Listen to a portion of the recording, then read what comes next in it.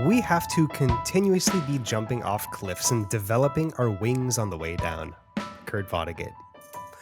This is AMI Audiobook Review. I'm your host, Jacob Shymanski. Red Szell is here with me today as well. He's the host of My Life in Books, but comes on the show every 2 weeks. That's a predictable schedule, but what isn't predictable is what we want to focus on today. Plot twists and all their glory, and goofiness, and absurdity. They're a mixed bag. How's it going, Red? Very well, Jacob. How are you? I'm doing all right, man. And the book you have for us today, the book that you're highlighting on your show, My Life in Books, you're interviewing the author, is from a notoriously twisty woman. Oh, yeah. C.L. Taylor, also known as Callie Taylor, is the queen of the twists. And her 10 psychological thrillers to date each gets more and more and more twisty. And this is why she's one of the best-selling psychological thriller writers in the market at the moment. She's fantastic.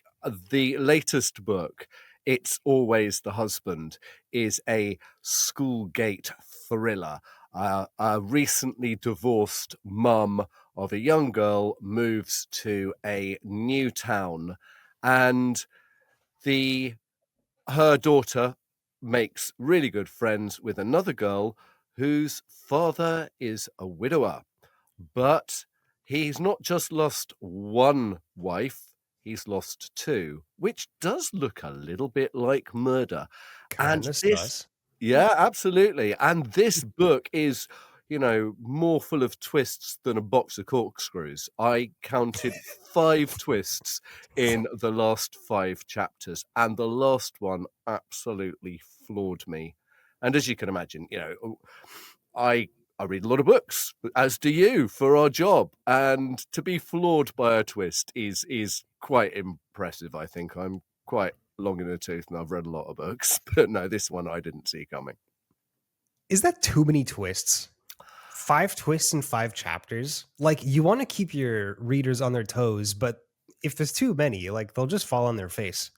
Well, it's funny, isn't it? I talked to Callie about this because she's known for writing twisty thrillers, so we're all expecting the twist. And I kind of think that in her case, because she is very good at doing it, yeah, you're going to get 1 or 2 of the twists, I guess, in that number. But if she throws that many at you, you're never going to be able to get them all.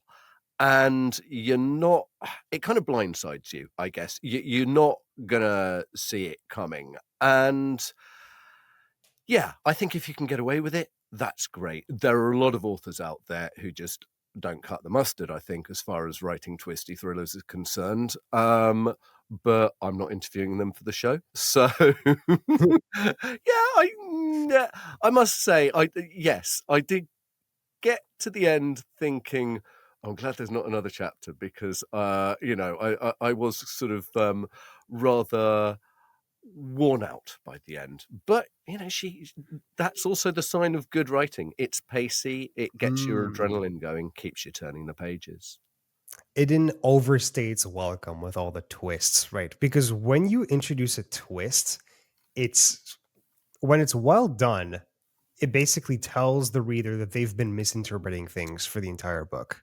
And in a way, that's kind of frustrating. Like, it sort of makes you feel dumb as a reader. Like, you're impressed that you were fooled, but it's also part of what gets a reaction out of you is that you go like, "Oh, I should have seen that coming. I can't believe that." So it's like it's a mixed bag. It's like you're getting this like you feel kind of silly for not seeing it, but you're also really impressed. Like, it's showing off, is what it is. Well, yeah, I guess so. I mean, Okay, no. That's a bad way to describe it. It's not showing off. It's it's a magic trick. flexing your muscle. It's a magic trick. It's a Yes. magic trick. Mhm. It's like, you didn't guess that rabbit was gonna come out of that top hat, did you? Or that I was gonna find a $5 bill behind your ear. I mean, it's, yeah, it's performance. And I Yes. suppose, we I think the best twists, things like Fight Club, where you just don't see it coming, where it's a total change of direction, is a little bit like somebody walking over your grave. And then you go back to, you look at the book again and you go, oh my God, he actually telegraphed that to me from the first page. There were clues spread throughout. And I think this is why we tend to Mhm. find twists in crime novels and psychological thrillers. When Agatha Christie was just, another queen of the twist. I can't think how many twists there are in Murder on the Orient Express. And then actually, it's so difficult doing this because you don't want to give spoilers to people who haven't already enjoyed the book. But then you find out that all those twists actually result in one great tornado of a twist. And you go, you have been very clever, Miss Christie. Thank you very much. The trouble is, if like you and me, you have a good memory, you'll never read the book again. But Yeah, that's the irony is that a yeah. good plot twist actually makes a book have much more rereadability. Mm. Because as an author, you have to plant the seeds and you have to give something for the readers to telegraph it, but not telegraph it enough that it becomes predictable. Because if it's predictable, it's kind of frustrating. It's like, yes, obviously that was going to happen. But I wanted to mention that it seems like there are two types of readers: those who actively try and predict what's going to happen, and those who don't. Yeah. I'm in the camp that doesn't really try to predict a book because I see this constant need to predict what's going to happen. People do it with movies and TV shows too, as like looking at storytelling as a puzzle to Mm, predict what's mm, going mm. to happen, to compare it to other stories that you're told, and you're trying to say like, oh, what's going to happen? What's going to happen next? It seems like a very like postmodernist way of approaching a movie or a TV show or a book, in that like it's like assuming that everything's been told before, instead of appreciating the story for what it is, like really taking it at face value. Um, I find it difficult to predict books because I just can't be bothered. And okay, you seem to be somebody who does predict books. Uh, Like why? yeah. Like why do you do that? Oh, I don't know. I mean, this has been a bone of contention in my marriage for the past Oh 27 and yeah, a half how years. so? My wife is exactly the same as you. Mm, She reads a book purely and utterly on face value for pleasure. If I even hint at a spoiler, yeah, she will basically just berate me and tell me that I've wrecked the book for her. I do look at it as a puzzle. I love puzzles. I why? always have. I don't know. Maybe it's a fault in my character, Jacob. Maybe I'm a twisted person. I don't know. But Oh, I like twists. no, yeah, I love puzzles, and I suppose my first love really was detective fiction, where That you makes know sense. where the authors have set you a puzzle to try and solve. And of course, the irony of that is that the really good puzzle setters like Arthur Conan Doyle and Marjorie Allingham and so on and so forth, you're never going to guess in a million years. And so, but I like to exercise the little grey cells, as Poirot would say. Apologies for my awful Belgian accent, but I do like to play along with the game rather than just have somebody entertaining me, I suppose. Well, for me, that's part of the entertainment. If you see a book as a puzzle, you can sort of picture it as like a connect the dots type game, Yeah. and you where like the ending is the final dot. And I think the way people like your wife and I read books is you just sort of take it for the journey that it is. And like even if you know where it's going to happen, like where it's going to go, it doesn't really matter because it's like it's the line that counts, not the dot. Yeah, I guess so. I mean, yes, I suppose I think the best twisty thrillers actually come full circle. You realize that you had the solution in your hands on page one, that Yes. there was a clue there. And I like that kind of circularity. There's a book I read recently called Piranesi by Susanna Clarke. She's the woman who wrote Jonathan Strange and Mr. Norrell, which I was talking about a few weeks ago, which is about two Victorian magicians. But this second book of hers, it's very short, and it throws you into the most bizarre world that the main character seems to be in this enormous palazzo near the sea, carved into a cliff, and it's Mm. just surrounded by collapsing statues, and he's got shreds of paper to try and put together his story.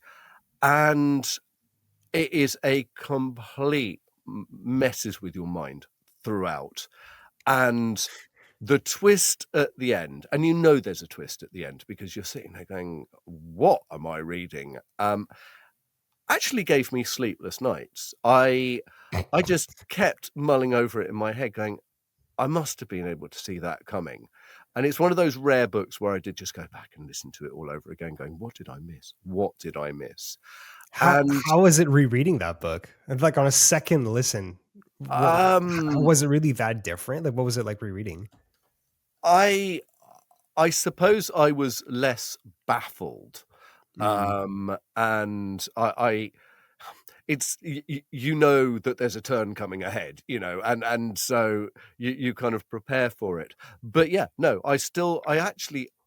I found it a more beautiful book the second time round. I really appreciated the writing rather than the plot, and maybe that's your point, Jacob. Yes. Maybe actually I concentrate too much on the plot and sometimes miss the beauty of the narrative.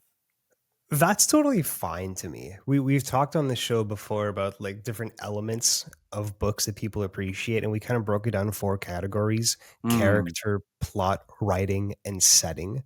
mm, mm. Um, and if you put plot like if you value it a lot over those others, like that's perfectly fine. Yeah, Um, things you can appreciate two things at once, right? yeah. But it's difficult. It's difficult. It is difficult, and I Mhm. think this is why sometimes, we have a reaction to genres. There are some genres that I prefer, and there are some genres that you prefer.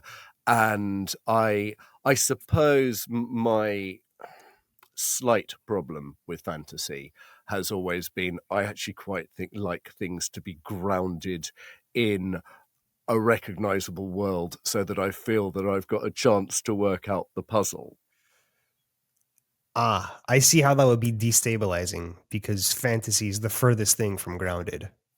You're Yeah, and honestly, that's one of the beautiful things of fantasy to me is that the world is completely different than our own, and so our preconceived notions, our ideas of how the world works are just different. Right? yeah, There's certain like customs and cultural norms that you just don't see on Earth, and those affect the plot, and they make it more difficult to predict.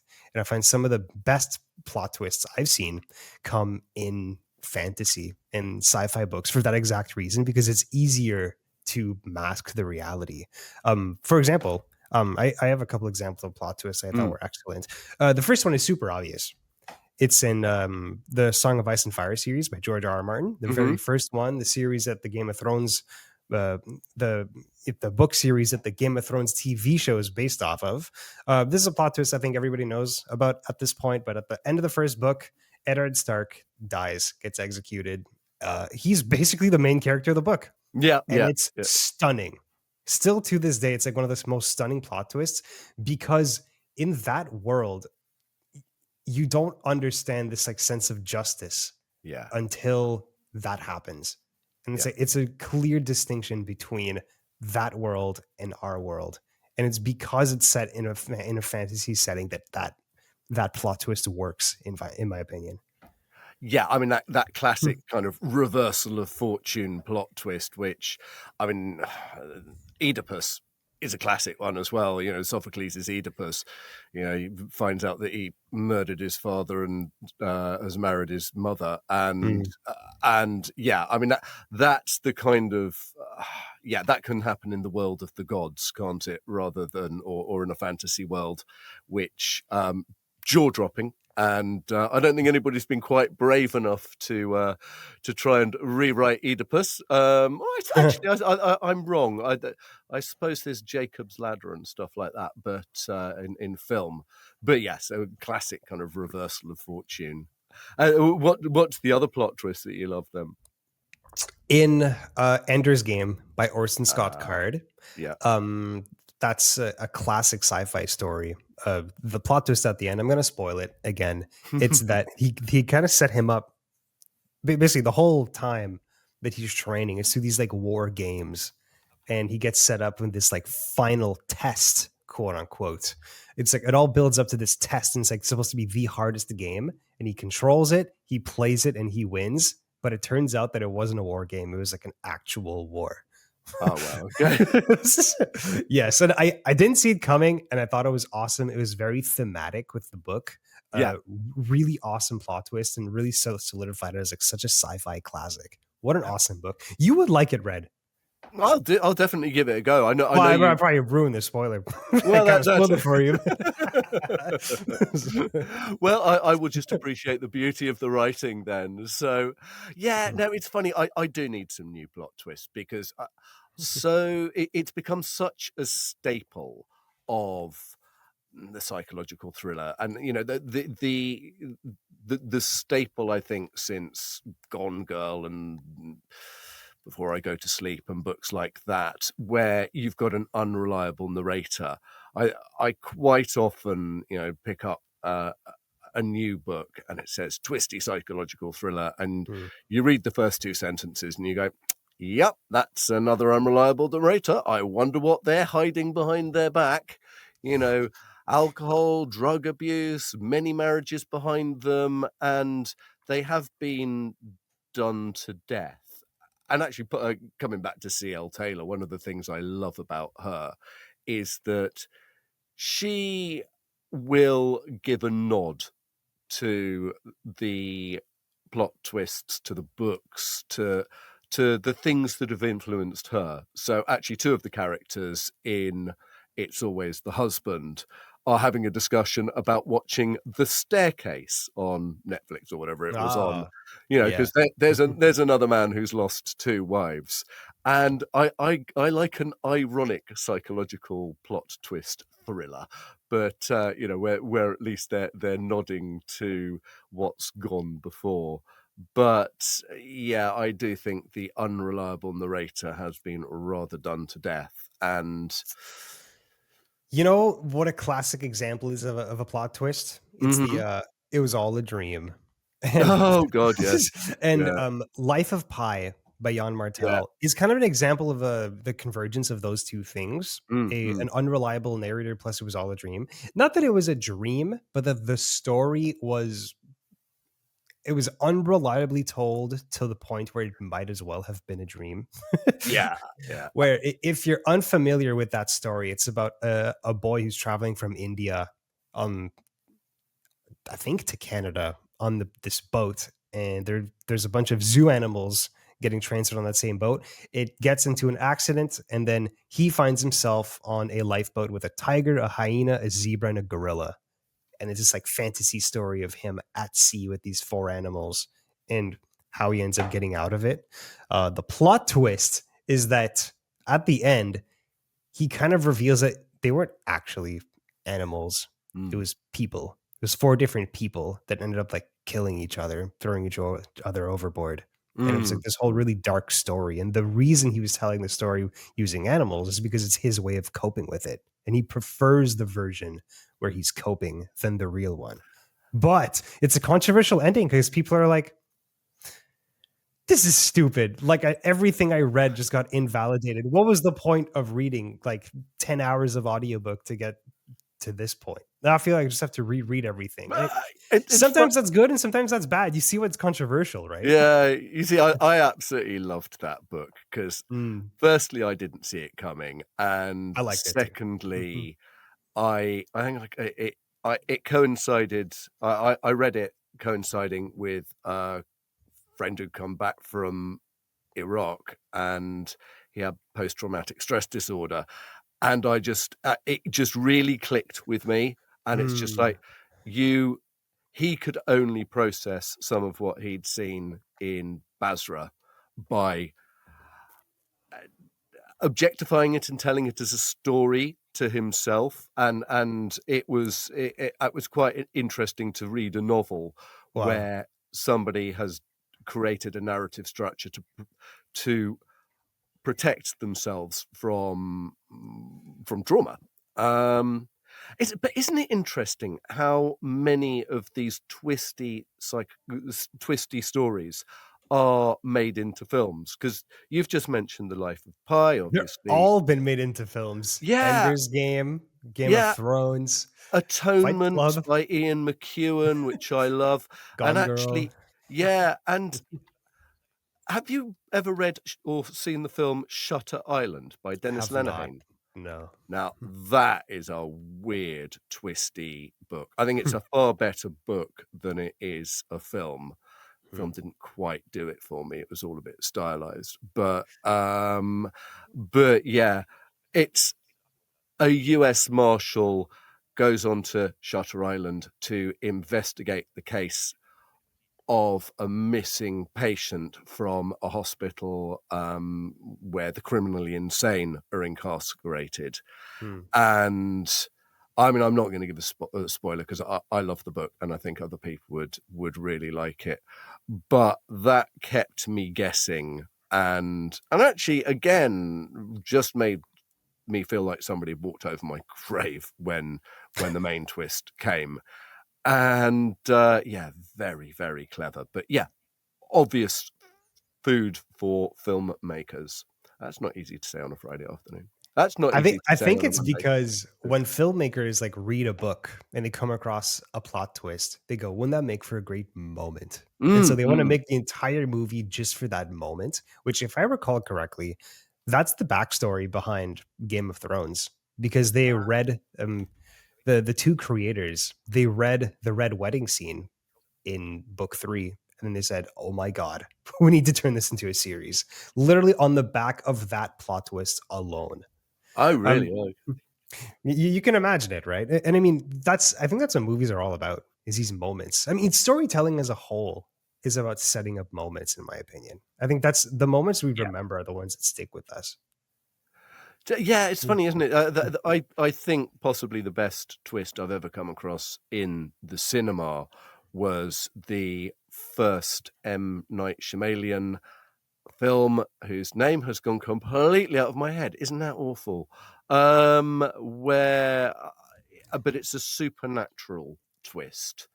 And I do love a good supernatural twist. I think I quite like ghost stories anyway, but it certainly sends a shiver down your spine. And I think it all goes back to me to The Turn of the Screw by Henry James, which you're never quite sure whether there's a haunting or whether there's a psychological cause to what's going on and who's alive and mm. who's dead. And I mean, they're definitely stories for creepy nights, I think. As a reader, you're always looking for answers to the questions that pop up Mm, as you read. Eventually, you'll come up with answers, but it's plot twists that prove you wrong, yeah. right? And like I was saying earlier, it's a good thing and a bad thing. It's this catharsis of emotions when you have a plot twist happen. It's like, Yeah. I'm impressed, I'm annoyed, I'm frustrated, I'm amused. It's Yes, exactly. but it's tricky to balance that reaction because there are lots of examples of plot twists that, sure, the seeds are planted. It makes sense. Like, it's not a plot hole. It's still a Mm. plot twist, but it still feels just like kind of goofy. An example I have of this is in the Da Vinci Code by Dan Brown. I was going to mention the Da Vinci Code. I think you're going to say the same thing as me. Go on then. Okay, we had the same idea. Yeah. I mean, there's a couple plot twists in that one, but the one that really did it for me in the wrong way. I mean, I still loved that book for what it is, but it's a goofy plot twist that it's revealed that Sophie Neveu is a direct descendant of Jesus Christ, and that And that who she thought was her father was actually a guardian from like the secret society that was like protecting her whole life, but she didn't know that she was a descendant of Jesus Christ for some reason. Like, it's all so convoluted, and I'm just like, it's revealed at the end, and you just wonder, Yeah. like, what's the point of this being revealed? It's just kind of goofy too. Like, I what would know. happen if somebody was revealed to be the descendant of Jesus Christ nowadays? And it's just never explored. It's like, you can't just leave me hanging here. What would happen? I'm afraid I'd kind of already lost it with Dan Brown by then, because it was the character of Bishop Aringarosa, who, you are so convinced that he is, the baddie, that he's directing everything, and then, yeah, in a rather ham-fisted way, Dan Brown proves that he's been misdirecting you all the way through, and it's just like, nah, mate, please go back, read Agatha Christie's ABC Murders, and see how somebody who really knows how to write can actually do the great misdirection trick. But yeah, no, I mean, yes, entertaining. And yeah, I'm not going to take it away from me. Sold millions and millions of copies, but yeah, I'm ham-fisted when it comes to twists. Never underestimate or never understate how much of a mega smash hit the Da Vinci Code was back when it Oh, I came know. out. I know. I read And it I think myself. Yeah. I mean, because there's something about that book. It's so fast paced, yeah. and the twists are kind of fun, and the way that it sort of like twists history to its benefit is really impressive. Like, I reread it Mm, sort of mm, recently, mm. and I couldn't decide if it was good or bad. It was really strange. Like, I undeniably found it super entertaining, didn't want to stop reading, but it obviously was not like a great work of like, it wasn't great literary work on its Oh, own. that was the problem for me. It's cut Yeah. and paste writing. It's like every time he gets in the car, he guns the motor and screeches off down the road, and you just go, "Oh, come on, use some different verbs, my friend." But, There are certain like turns of phrase that are used all the time, right? yeah, All of a exactly. sudden, that type of thing. It's like these weird turns of phrase that are used constantly for some reason. Or there's a million different ways of saying it, but authors just can't figure out different ways. And it's like, it's kind of a tell that the author is more plot oriented than anything. Exactly. Mhm. But, at least he doesn't do my least favorite twist of all time, which is the Deus Ex Machina twist, where literally it means God outside the machine, where the whole thing is solved by a character who wasn't in the story at all, but who steps in at the last minute and saves the day. And if you give me a Mm. book with that kind of twist, it's likely to be put firmly to one side by me. So. So basically, the solution just appears out of nowhere. Exactly, exactly. Do you know Oliver Twist, funnily enough, has a twist a bit like that, because Rosa's relationship means that Oliver can carry on to success. Sorry, bit of a spoiler for anybody who hasn't read Oliver Twist, but I did think there was an irony in there being a twist in Oliver Twist. Maybe the twist would be if there was no twist in an Oliver Twist book. There you go. Always fun to have you on the show, Red. We'll do it again in 2 weeks. You're the best. Thanks for the twisty conversation. As are you, Jacob. Thank you very much. That was Red Szell. He's the host of My Life in Books. He joins us on the show once every 2 weeks. That's all the time we have for today's edition of AMI Audiobook Review. AMI Audiobook Review airs weekends at 1 p.m. Eastern and repeats every 6 hours. But we also make ourselves easy to find. We're on all the big podcasting platforms, and that includes YouTube. Send us your feedback at AMI Audiobook Review. At audiobook review at AMI.ca. I'm Jacob Shymanski. Thanks for listening.